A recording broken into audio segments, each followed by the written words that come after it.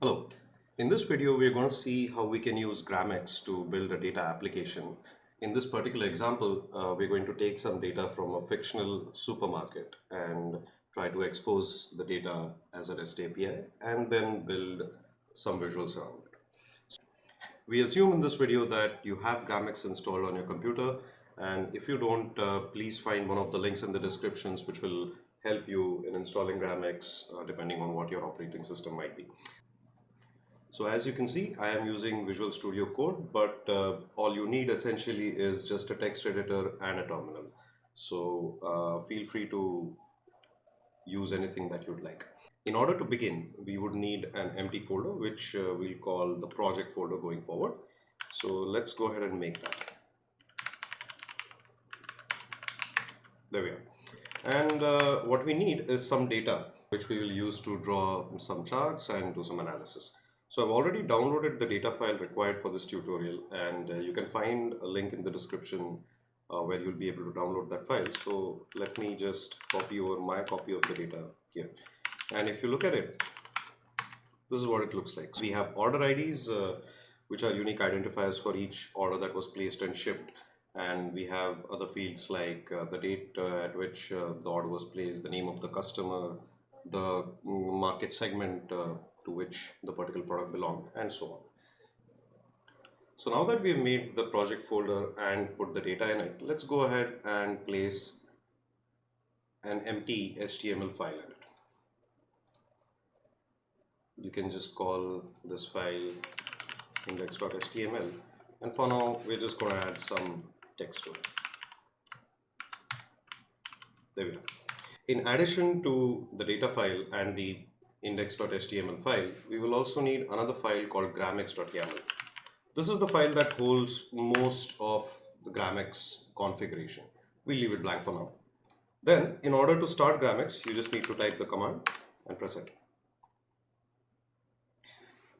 You'll see some output here, which is essentially Gramex logging some of its startup sequence. And once we see these lines which tell us that Gramex is listening on a given port, and that control B opens the browser and control D starts the debugger, that's when we know that Gramex has finished starting and is ready to serve content. In order to see if Gramex is actually serving content, you can just open up a browser and visit the port 9988 on the local host, and you should be able to see the content that you have put in the index.html, which is just this text for now. Hello Gramex. Gramex also internally watches files for changes. So anything we change in index.html should reflect back in our output right away. So we can just maybe change this to, and then all we have to do is simply refresh this page, and there we are. And that concludes the first step of the quick start, which was setting up the server and making sure that it's running properly. Now let's go ahead to the next step in which we would like to expose the data and start getting our hands dirty with the data. Note that the goal here is to build a dashboard which will allow us to see some useful information about the data in question. So in order to provide our dashboard with access to the data, what we need is a URL that sends this data to the dashboard. So to do this, we would like to add a Gramex component called form handler. And to do that, you can edit the gramex.yaml file like so. We start with the section named URL. This section tells Gramex that this is where we are going to list all the endpoints on our server. And each endpoint has a name, so let's call ours Superstore data. Now the endpoint itself can be written in a key in the Superstore data section called a pattern, which we can do it like this.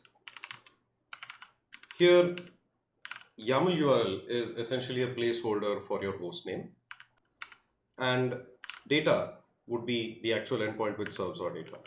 Gramex has a wide variety of different request handlers, and we need to tell Gramex which is the handler that we want it to use for serving this particular data set. In this case, it's going to be something called the form handler. We'll go into a little more detail about what form handler is later. We need to tell form handler where to access the data from. So we'll specify the path to the CSV file under the URL section of the keyword arguments, like so.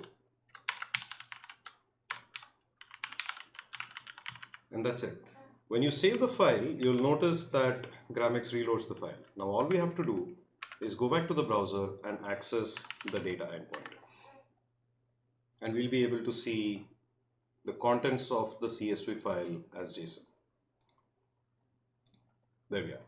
And if you look at the raw data, you can see that it's basically it's an array of objects where each object corresponds to one row of the CSV file. We can perform a wide variety of pagination, filtering, and transformation operations on the data by editing the URL like so. So this returns the top 10 rows of the data set. We can also add an offset parameter which would return rows 3 through 13. We can also add a format keyword, a format option, which renders the data as an HTML table. So what we have done here is provided a way for Gramex to serve our data through a REST API. So now our front end just has to talk to this particular URL, and we'll be able to request data from this endpoint in a variety of different formats. Since we now have access to the data in the form of a REST API, we are ready to start building the front end. In order to do that, let's go back to our HTML file. So let's remove what we already had over here and start adding some real HTML. Let's start with the HTML tag, add a title,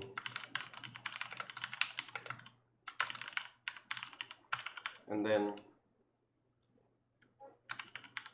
let's wrap this around in a head.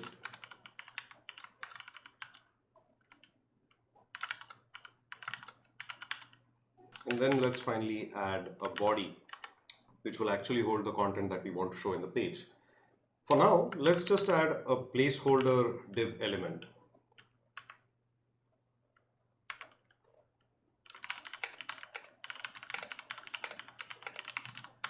Let's also add a style sheet to make our dashboard look pretty.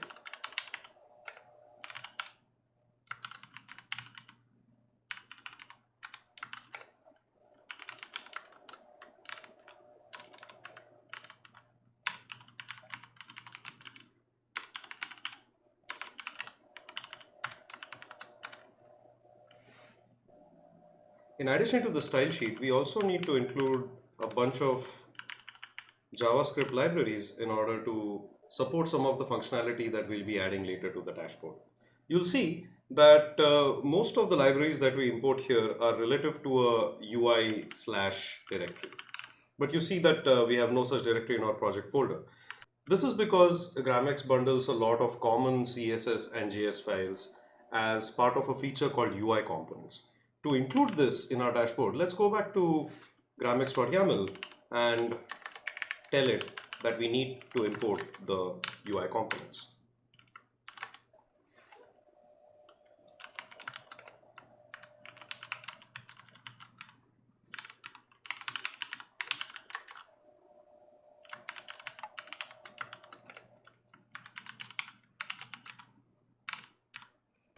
There we are. So at this point, gramex.yaml looks like this and will not change for the rest of the tutorial. We are done with the backend configuration. So let's go ahead and start feeding in the data to the dashboard.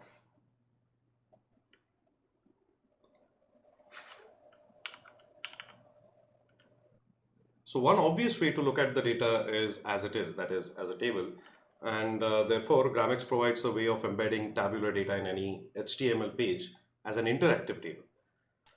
So to show the data as a table, let's add a div with the class name called form handler and add an attribute called data source or data SRC, which corresponds to the endpoint that is actually serving the data. This endpoint is what the front end is going to request the data from. And in order to actually include the table, let's add a little jQuery script.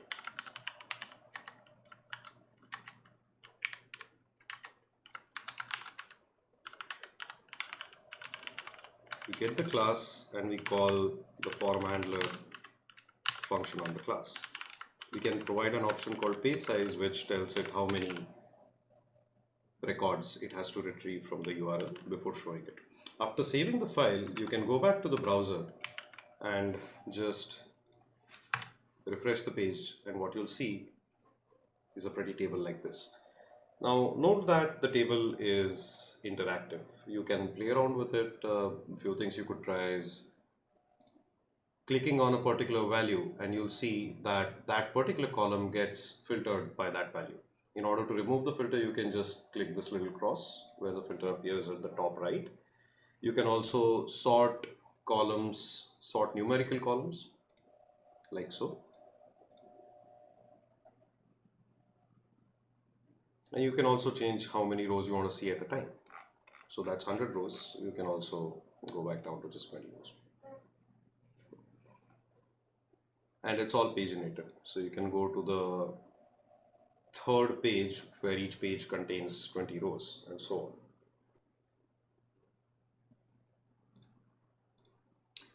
As a next step, let's try and add a simple bar chart to display data grouped by, say, the segment column. Form handler automatically does the grouping for us by simply changing the URL. So adding a by query to any form handler URL and specifying the column or the field by which you want to group the data, you'll see that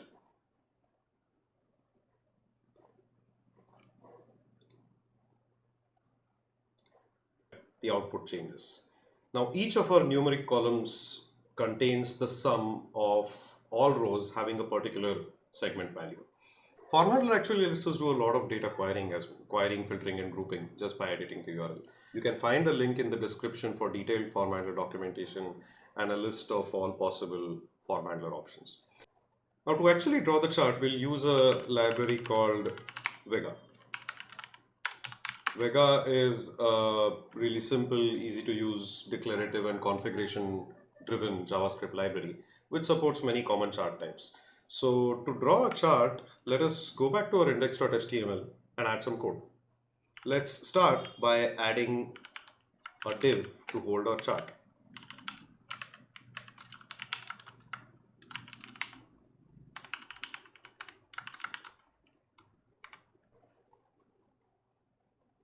To configure the chart itself, we have to add something called a chart specification, like so.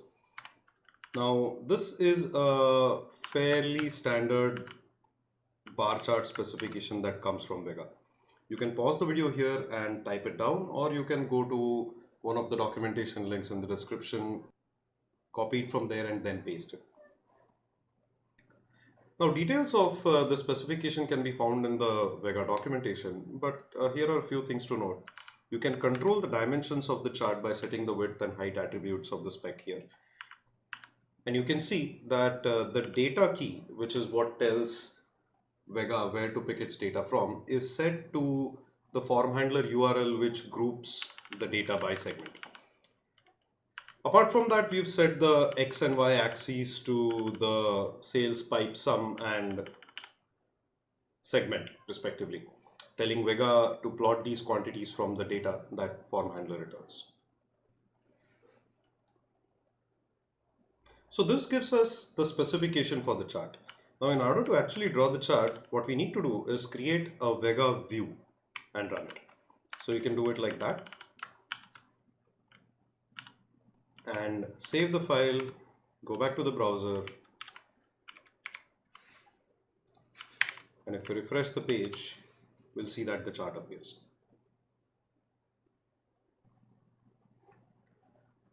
Now that we have all the components of the dashboard ready, let's spend some time making our dashboard look slightly better. We already have a chart which shows us sales grouped by segment. Let's add another chart which also shows us the quantity grouped by segment. We'll be using the same spec for this other chart. All we have to do is group by a different parameter, which means changing the data URL, and we need to give it a different title. So in order to do that a little more easily, let's write a function which renders the charts given a particular field by which to group the data and the title of the field. So let's call our function render charts, which takes three parameters: the ID of the chart, the second would be the label for the x-axis, and the third would be the field from the data which we want to plot on the x-axis. So let us first set the label for the x-axis.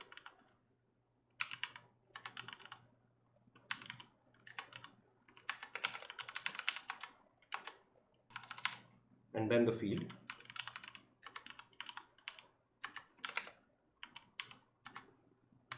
Then let us move the Vega view from outside the function to inside the function. Finally, let's remember to remove the hard-coded div ID from here and set it to the parameter which was passed to this function. That's all. Finally, let's call this function with the existing chart that we already had, for which the div was chart. The x label was just sales, and the x field was sales pipe sum. When we save this and go back to our dashboard and refresh it, we see that nothing changes. So far so good. We have managed to write a function which renders a chart with one of these arbitrary columns and sets a particular label to the x-axis. Now let's add another chart. But in order to do that, we first have to add a div which actually holds that chart. So let's add another div, and let's just call it chart2. There we are. Let's go back and call the same function again, this time with a different div, and plotting quantities of orders grouped by segment as against sales as we had earlier. Let's try that, and you see that we have two different charts. We can now endlessly configure our HTML and even the individual Vega charts to make them look as better as we want. So let's start by making the charts appear side by side instead of below each other. So we can just add a deflex class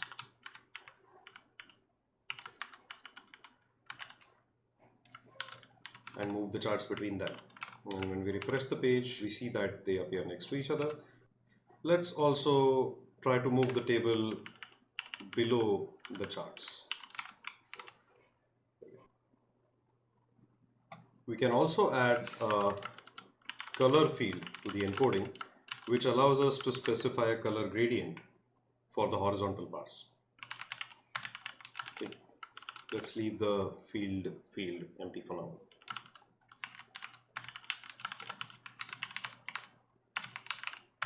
And then in the function, we just set the field of the color to the field we want on the x-axis. And there we are. So overall, what we have done in this exercise is take a tabular data set, expose it as JSON through our REST API, and then draw a few charts based on the data and some transformations on the data. So you now have a basic idea of how to build a simple static dashboard with Gramex. To see more of Gramex's functionality and features, including how to make the tables and the charts truly interactive, please look at some of our other tutorials. The links are there down in the description. And if you have any questions, feedbacks, or comments, please let us know in the comment section. Thank you very much.